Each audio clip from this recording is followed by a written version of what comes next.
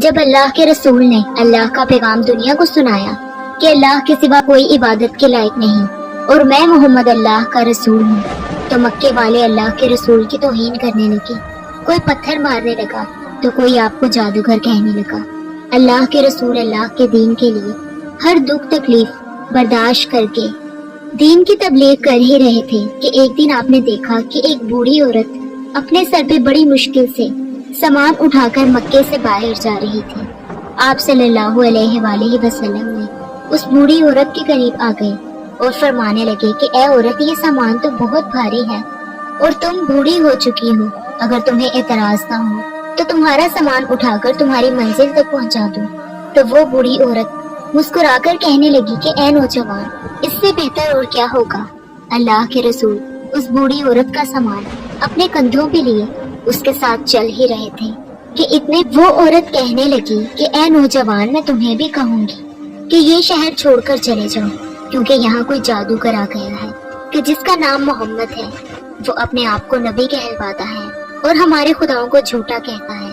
اس کے لفظوں میں اتنا جادو ہے کہ جو اس کی بات سنتا ہے وہ اس پہ ایمان لے آتا ہے۔ اے شخص، میں نے پوری زندگی اپنے بتوں کی عبادت کی ہے۔ میں یہ نہیں چاہتی کہ اس زندگی کے آخری وقت میں اپنے خداؤں سے غافل ہو کر اس جادوگر کی باتوں میں آ جاؤں۔ بس پورا راستہ وہ عورت اللہ کے رسول کی توہین کرتی رہی اور اللہ کے رسول حضرت محمد مصطفیٰ صلی اللہ علیہ وآلہ وسلم اس بوڑھی کا سامان اپنے کندھوں پر لیے خاموشی سے سنتے رہے۔ بس جب اس بوڑھی کی منزل آ پہنچی، اللہ کے رسول نے اس کا سامان اس کے حوالے کیا اور جانے لگی۔ وہ عورت پوچھنے لگی کہ اے نوجوان، کون ہو تم نے اپنا نام تو بتایا ہی نہیں۔ اس کے بعد اللہ کے رسول نے فرمایا کہ پورا راستہ جس محمد کی تم توہین کرتی رہی تھی وہ محمد رسول اللہ میں ہی ہوں۔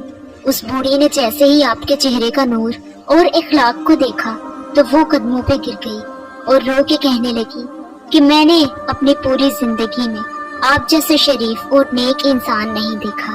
آپ کے چہرے کا نور بتاتا ہے، آپ کا اخلاق گواہی دیتا ہے کہ آپ کبھی جھوٹ نہیں کہیں گے۔